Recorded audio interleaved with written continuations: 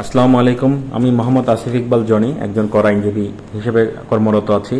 পাশাপাশি আমি পাথারকাটা 34 নং ওয়ার্ডের একজন কমিশনার পদপ্রার্থী হিসেবে ওয়ার্ডবাসীর সেবা করার প্রত্যয় নিয়ে মাঠে কাজ করছি। আমার লক্ষ্য কোনো ব্যক্তিগত পরিচিতি বা পদ অর্জন নয়, বরং পাথারকাটাকে একটি নিরাপদ, পরিচ্ছন্ন, পরিকল্পিত ও নাগরিক বান্ধব ওয়ার্ড হিসেবে গড়ে তোলা।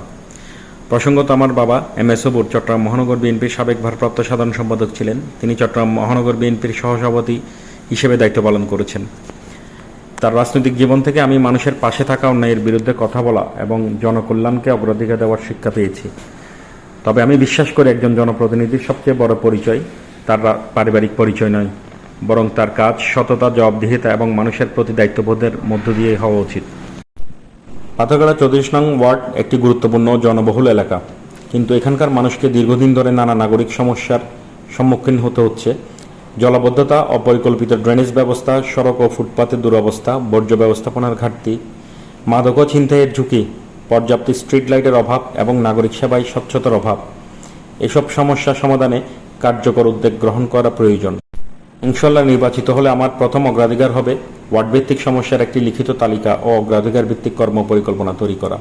আমি এলাকাবাসীর সকলের মতামত নিয়ে এই সকল কাজগুলো এগিয়ে নিতে চাই। আমি বিশেষভাবে গুরুত্ব দিতে চাই পরিচ্ছন্নতা ও জলাবদ্ধতা নিরসনে। জলাবদ্ধতা নিরসনে শুধু নাগরিকদের সচেতন করলেই চলবে না, নিয়মিত বর্জ্য অপসারণ, ড্রেন পরিষ্কার, অবৈধ দখলমুক্ত করে পানি চলাচলের পথ নিশ্চিত করা এবং সংশ্লিষ্ট সংস্থাগুলোর সঙ্গে সমন্বিত উদ্যোগ নিতে হবে। এছাড়া জনগণের টাকায় হওয়া প্রতিটি উন্নয়ন কাজের মান ও অগ্রগতি নিয়ে জবাবদিহিতা নিশ্চিত করা আমার অঙ্গীকার। অন্যদিকে আমাদের তরুণ সমাজকে মাদক, অপরাধ ও হতাশা থেকে দূরে রাখতে হলে খেলাধুলা, সাংস্কৃতিক কার্যক্রম, দক্ষতা উন্নয়ন এবং কর্মসংস্থানমুখী উদ্যোগ প্রয়োজন। এক্ষেত্রে আমি পাথারঘাটা ওয়ার্ডে খেলাধুলার সুযোগ সৃষ্টির লক্ষ্যে অন্তত 2টি টার্ফ মাঠ তৈরি করতে চাই, যাতে এলাকার তরুণরা খেলাধুলার মধ্য দিয়ে মাদক ও হতাশা থেকে ফিরে আসতে পারে।